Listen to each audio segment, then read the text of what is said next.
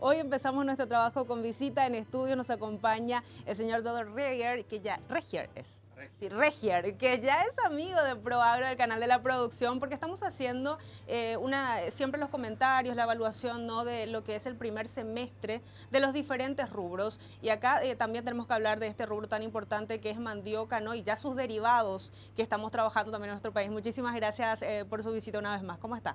Muy bien, muchas gracias por la oportunidad de poder compartir con ustedes. Bueno, ¿qué pasó en este primer semestre? Vamos a hablar de 6 meses primero de trabajo, en realidad ya pasaron 7, pero siempre como que tenemos esa costumbre, ¿no?, de hacer la evaluación un poquitito de mitad de año de cómo fuimos con el rubro. Hablemos primero de producción. ¿Qué tal nos fue este año respecto al año pasado, que fue un poquitito duro? Realmente este año 2023, en el primer semestre, fue muy diferente a lo que tuvimos el año pasado, porque el año pasado y también en el 2021 tuvimos unos 2 años muy difíciles, muy desafiantes, en el sentido de que no teníamos las condiciones climatológicas para una buena producción de la mandioca. Hubo poco rendimiento por hectárea, hubo menos superficie y también la calidad de la mandioca no era de lo que estábamos acostumbrados. Y este año es totalmente diferente. Durante los primeros 6 meses, lo que estuvimos viendo que los productores de mandioca realmente tuvieron muy buenos rendimientos por hectárea. Y esto estaba muy relacionado con que desde el año pasado que se plantó la mandioca, tuvimos muy buenas condiciones. Llovió suficiente, tuvimos épocas de un buen crecimiento de las plantas. Y así que si el año pasado tuvimos, por ejemplo, rendimientos entre 5, 8, 9 toneladas por hectárea, hoy estamos hablando de un promedio entre 15 y 20 toneladas por hectárea. El precio sigue todavía relativamente interesante, así que los productores, por ende, este año entiendo que van a tener un mayor ingreso que el año pasado, a pesar que el precio de la mandioca era mucho más alto. Pero lo más importante es que hay otra vez mucho más ánimo en el campo con lo que es el rubro de la mandioca. Los resultados están muy bien, hay todavía una relativamente buena demanda. Y esto motiva también a que los productores comiencen a plantar de vuelta para el siguiente año. Claro, porque nos decía usted, el año pasado teníamos menos mandioca. Pagaban más, iban a cobrar más, pero no tenían mandioca para vender, así que este año teniendo más van a mejorar también sus ingresos. Tal cual es, tal cual es. Porque al final el precio de la mandioca puede tener un precio muy alto, pero si los rindes son muy bajos, por ende el productor no tiene ingresos o tiene ingresos muy bajos. Y este año con los buenos rindes y también la buena superficie que tenemos a nivel país, yo creo que el rubro de la mandioca está generando unos ingresos muy importantes y con todo lo que es el procesamiento de la mandioca, también unas divisas muy importantes para el país. Hablando de rindes, ya nos dijo que mejoró muchísimo. En cuanto a la superficie que se está trabajando, ¿también hubo alguna variación? ¿Aumentó? ¿Sigue la misma? Y el año pasado, como ya dije, efectivamente bajó considerablemente la superficie de plantación, no porque no se intentó de plantar, sino porque habían muchos productores que plantaron, pero la mandioca no salió. Entonces ellos plantaron otra cosa o dejaron nomás la finca. Y también hubo muchas situaciones donde efectivamente no se plantó. Esto cambió mucho para este año. El año pasado hubo bastantes problemas con semillas, no teníamos suficiente ramas, semillas por todos lados, pero este año esto ya pinta mejor.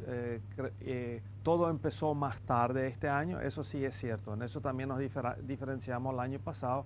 Si Cambió un poco el normalmente calendario. la cosecha comienza en febrero, marzo, normalmente febrero, este año empezamos con la cosecha de la mandioca para la industrialización recién en abril, en mayo a full, así que recién estamos trabajando como 3 meses a full en las plantas de almidón de mandioca.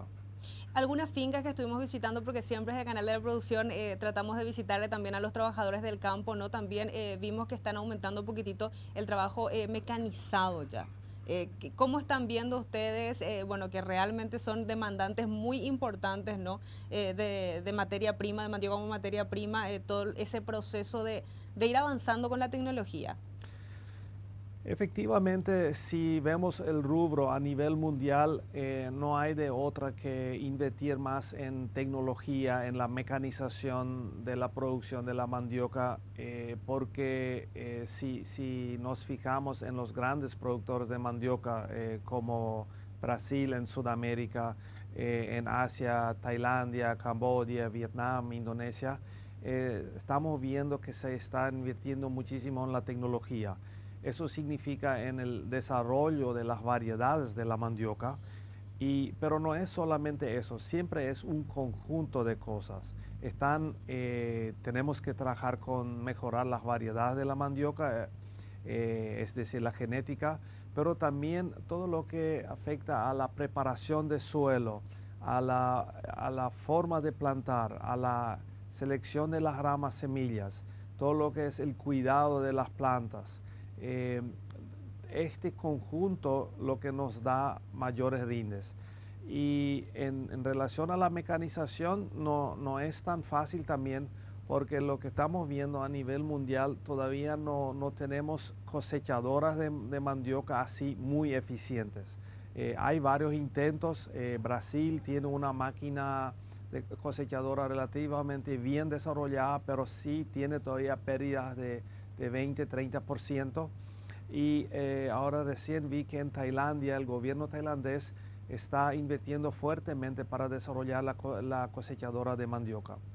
Así que cuando tengamos estas máquinas, ahí se completa más el ciclo, porque ya hay plantadoras de mandioca, ya hay mecanización en el mantenimiento de los cultivos, y lo que más falta es la cosechadora. Pero sí o sí, a largo plazo, mediano largo plazo, necesitamos una fuerte mecanización de la producción de mandioca, porque la mano de obra cada vez es más costosa, hay menos disponibilidad de mano de obra, y por ende ahí los costos suben y ya no somos más competitivos. Qué llamativo esto que están mencionando de la menor disponibilidad de mano de obra en un país como el nuestro, con más razón, que de alguna manera somos reconocidos, nos reconocemos, ¿no?, como un país agrícola. O sea, deberíamos tener por lo menos gente en el campo, ¿no?, que trabaje en el rubro. ¿Qué está pasando ahí? ¿Están migrando a otros rubros o directamente hay menos personas y más máquinas en el campo? ¿Qué pasa?